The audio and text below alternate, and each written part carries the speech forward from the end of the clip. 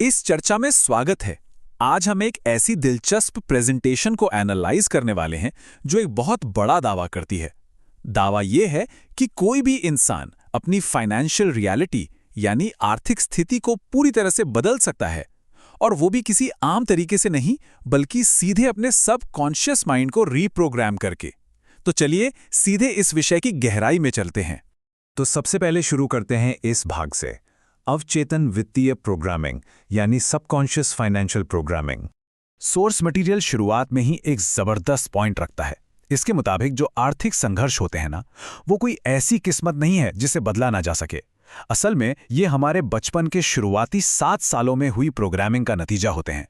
सोचिए, बचपन में ऐसे कितने शब्द सुने होंगे, जैसे पैसा पेड़ पर नहीं उगता, अमीर लोग लालची होते हैं, या हम ये अफोर्ड नहीं कर सकते। प्रेजेंटेशन कहती है कि ये छोटी छोटी बातें चुपचाप दिमाग में एक इंटरनल ऑपरेटिंग सिस्टम बना देती हैं, जो भविष्य के सभी फाइनेंशियल रिजल्ट्स को तय करता है।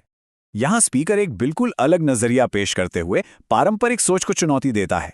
आमतौर पर माना जाता है कि किस्मत पहले से तय होती है, एकदम फिक्स्ड। लेकिन दूसरी तरफ इस साइकोलॉजिकल प्रोग्रामिंग को अवेयरनेस के एक ही पल में बदला जा सकता है। बेसिकली हमारी फाइनेंशियल स्थिति किसी पत्थर की लकीर जैसी नहीं है। अब बढ़ते हैं अगले सेक्शन की तरफ, ऊर्जा और क्वांटम फील्ड। यहाँ प्रेजेंटेशन साइकोलॉजी से आगे बढ़कर एनर्जी साइंस की तरफ मुड़ जाती है। एक नया कॉन्सेप्ट सामने आता है, क्वांटम फील्ड, जिसे कुछ लोग डिवाइन मैट्रिक्स भी कहते हैं। स्पीकर कहता है कि ये यूनिवर्स एक मिरर, एक आईने की तरह रिएक्ट करता है। ये क्वांटम फील्ड लगातार हमारी एनर्जेटिक फ्रीक्वेंसी को मैच करने के लिए मौकों और स्थितियों को खुद ब खुद अरेंज करता रहता है। ये पूरा आइडिया क्वांटम फिजिक्स के प्रिंसिपल्स पर आधारित है। इसके बाद आता है अगला विषय, आकर्षण बनाम व्याकुलता, यानी अट्रैक्शन वर्सेस डिस्ट्रैक्शन। इस मटेरियल में एक बहुत ही बढ़िया कॉन्सेप्ट बताया गया है। वो ये कि पैसा अट्रैक्ट करने में सबसे बड़ी रुकावट कड़ी मेहनत की कमी नहीं है, बल्कि असल प्रॉब्लम है हमारे मेंटल फोकस का भटकना।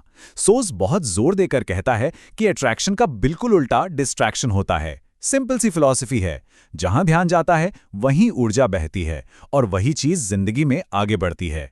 तो अब सवाल यह है कि वेल्थ को अट्रैक्ट करने के लिए करना क्या होगा। स्पीकर की सलाह है कि अपनी एनर्जी को रोजमर्रा की परेशानियों या पुरानी नाकामियों पर बर्बाद करना बंद करना होगा, जैसे करंट बिल्स की टेंशन लेना, कम बैंक बैलेंस के बारे में सोचते रहना, पुराने फाइनेंशियल फेलियर्स का रोना रोना, या दूसरों के सामने खुद को सक्सेसफुल साबित करने की कोशिश करना। ये सभी डिस्ट्रैक्शंस किसी को भी उसकी करंट लिमिटेड रियलिटी से बांध कर रखते हैं। अब आते हैं इस प्रोसेस के चौथे हिस्से पर, मुख्य धन प्रतिज्ञान यानी कोर वेल्थ अफर्मेशंस। इस पुरानी रोकने वाली प्रोग्रामिंग को हटाने के लिए सोर्स कुछ स्पेसिफिक अफर्मेशंस का सेट देता है। इन्हें सिर्फ पॉजिटिव थिंकिंग मत समझिए, इन्हें ऐसे साइंटिफिक टूल्स के रूप में पेश किया गया है जो सीधे सबकॉन्शियस ब्लूप्रिंट से बात करते हैं। और हाँ, रिजल्ट्स की भी बात की गई है। स्पीकर ऐसे किस्से सुनाता है जहां लोगों को तुरंत नतीजे मिले। किसी को अचानक $3000 का टैक्स रिफंड मिल गया, तो किसी को अपनी पिछली सैलरी से दुगनी सैलरी वाला जॉब ऑफर आ गया। ये अफर्मेशंस कोई रैंडम पॉजिटिव लाइंस नहीं है, इन्हें बहुत ध्यान से डिजाइन किया गया है। इनका मेन फोकस कुछ खास बातों पर होता है, जैसे हर तरफ से पैसे का लगातार आते रहना, अनंत समृद्धि और रिसोर्सेज तक पहुंच, अपने पसंद के काम से अच्छी इनकम कमाना, पैसे को मल्टीप्लाई करना और $1 मिलियन वाले आइडियाज आना। ये सब सिर्फ हवा में बातें नहीं हैं। प्रेजेंटेशन न्यूरोसाइंस का हवाला देती है।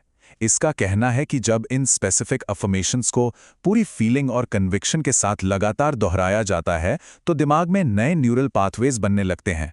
धीरे धीरे ये वेल्थ माइंडसेट दिमाग का डिफॉल्ट स्टेट बन जाता है, एकदम नेचुरल। और अब हमारे आखिरी हिस्से पर आते हैं, बहुस्तरीय परिवर्तन या मल्टी डायमेंशनल शिफ्ट। जब कोई इस फोकस्ड मेंटल एक्सरसाइज को करता है, तो उसके अंदर एक मल्टी डायमेंशनल शिफ्ट आने लगता है, और ये 3 अलग अलग लेवल्स पर होता है। पहला, न्यूरोलॉजिकल लेवल, जहां दिमाग के सर्किट्स को वेल्थ के लिए रीवायर किया जाता है। दूसरा, क्वांटम लेवल, जहां पर्सनल फ्रीक्वेंसी प्रॉस्पेरिटी के साथ मैच करती है। और तीसरा, स्पिरिचुअल लेवल, जहां यूनिवर्स की इन्फिनिट अबंडेंस के साथ अलाइनमेंट होता है, यानी पूरा का पूरा वजूद इस प्रोसेस में शामिल हो जाता है। एक और बहुत इंपॉर्टेंट पॉइंट जो यहाँ बताया गया है वो है इस यूनिवर्सल लॉ में एक बिल्ट इन टाइम डिले। इसकी तुलना एक बीज बोने से की गई है।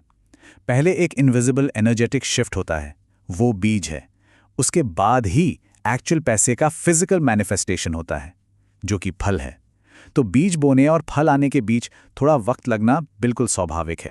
तो अंत में यह प्रेजेंटेशन एक शांत ऑब्जर्वेशन के लिए प्रेरित करती है। यह सब कुछ एक बहुत ही गहरे सवाल पर आकर रुकता है।